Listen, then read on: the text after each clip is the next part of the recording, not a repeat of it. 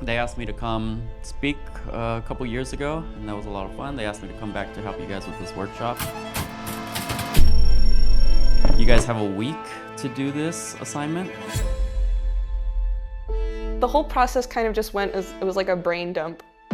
The parameters for the assignment was that you had to create a film for at least 30 seconds. Then I think you guys are gonna do just fine.